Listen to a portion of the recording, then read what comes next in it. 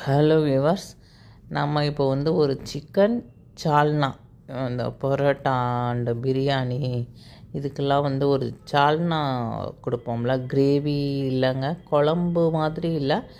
இது சால்னா டைப்பில் பண்ண போகிறோம். அது பண்ண போகிறோம். இப்போ அதுக்கு ஒரு கடாய் எடுத்து வச்சுக்கோங்க. எப்பயும் போல் பட்டை, கிராம்பு, பிரிஞ்சி இலை, கறி மசாலா, பட்டை எல்லாம் போட்டு தாளிச்சுக்கோங்க. வெங்காயம், தக்காளி, இஞ்சி பூண்டு பேஸ்ட்டு நான் பேஸ்ட்டு தான் போடுவேன். நீங்கள் இஞ்சி பூண்டு மட்டும் பேஸ்ட்டு போட்டு மற்றதெல்லாம் ராவாக ஃப்ரை பண்ணிக்கிட்டாலும் பரவாயில்ல. அதுக்கப்புறம் சிக்கன் போட்டுக்கோங்க. அதுக்கப்புறம் எப்பயும் போல் மஞ்சள்தூள், மிளகாத்தூள், மல்லித்தூள், அது கூட சிக்கன் மசாலா இதையும் போட்டு நல்லா சிக்கன் கூட மிக்ஸ் பண்ணிக்கோங்க. உப்பு போட்டுக்கோங்க. உப்பு, மஞ்சள்தூள், சக்தி மசாலா,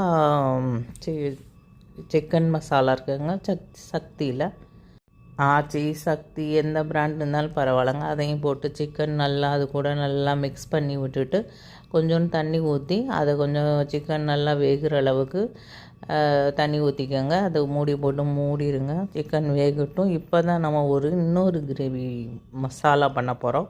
இந்த சால்னாக்குரிய மசாலா. அதில் என்ன பண்ண போகிறோம்னா, தேங்காய், இந்த பொட்டுக்கடலை இருக்குல்லங்க, பொட்டுக்கடலை, சட்னி கடலை, இந்த இன்னொன்று வேறு என்னென்ன டைப்பு பேரெல்லாம் சொல்கிறோம். நம்ம மதுரை சைடெலாம் பொட்டுக்கடலை தான் சொல்லுவோம். அந்த சட்னி, தேங்காய் சட்னிக்கு வச்சுருவோம்ல, அது கொஞ்சம், சோம்பு, கசகசா, அப்புறம் நான் கொஞ்சோண்டு முந்திரி பருப்பு, என்கிட்ட முந்திரி பருப்பு இருக்கனால போடுறேன், இல்லைன்னா விட்டுருங்க. தேங்காய், பொட்டுக்கடலை, சோம்பு, முந்திரி பருப்பு இதெல்லாம் சேர்த்து ஒரு பேஸ்ட்டு பண்ணிக்கோங்க. பேஸ்ட்டு பண்ணிவிட்டு இந்த குழம்பு கொதிச்சோன்னா இந்த பேஸ்ட்டையும் போட்டு கொதிக்க விட்டிங்கன்னா அந்த சால்னா ரெடி ஆயிருங்க. இந்த பேஸ்ட்டையும் ஊற்றிடுங்க. ஊற்றிட்டு நல்லா கொஞ்சம் 5 நிமிஷம் கொதிக்க விட்டிங்கன்னா குழம்பு ரெடி. சிக்கன் தானே 10 நிமிஷத்தில் ரெடி ஆயிரும். அப்புறம் குழம்பும் கொஞ்சம் திக்னஸ் கிடச்சிரும் நமக்கு. ஆல்ரெடி அந்த பேஸ்ட்டு போட்டனால திக்காக தான் இருக்கும். இதையும் போட்டுட்டு அந்த கிரேவியில் ஊற்றிட்டிங்கன்னா சிக்கன் கிரேவி சால்னா ரெடி ஆயிரும்.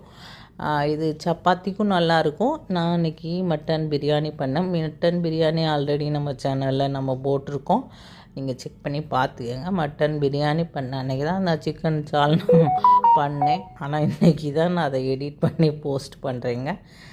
நீங்களும் ட்ரை பண்ணி பாருங்கள். என்னோடய சேனல் பிடிச்சிருந்தால் லைக் பண்ணுங்கள், ஷேர் பண்ணுங்கள், சப்ஸ்கிரைப் பண்ணுங்க. ஓகேங்க, பாய்ங்க. இந்த பார்த்திங்களா எப்படி இருக்குன்னு சிக்கன் சால்னா கடையிலலாம் கிடைக்கிற மாதிரி இருக்கா? ஓகேங்க, லைக் பண்ணுங்கள், ஷேர் பண்ணுங்கள்.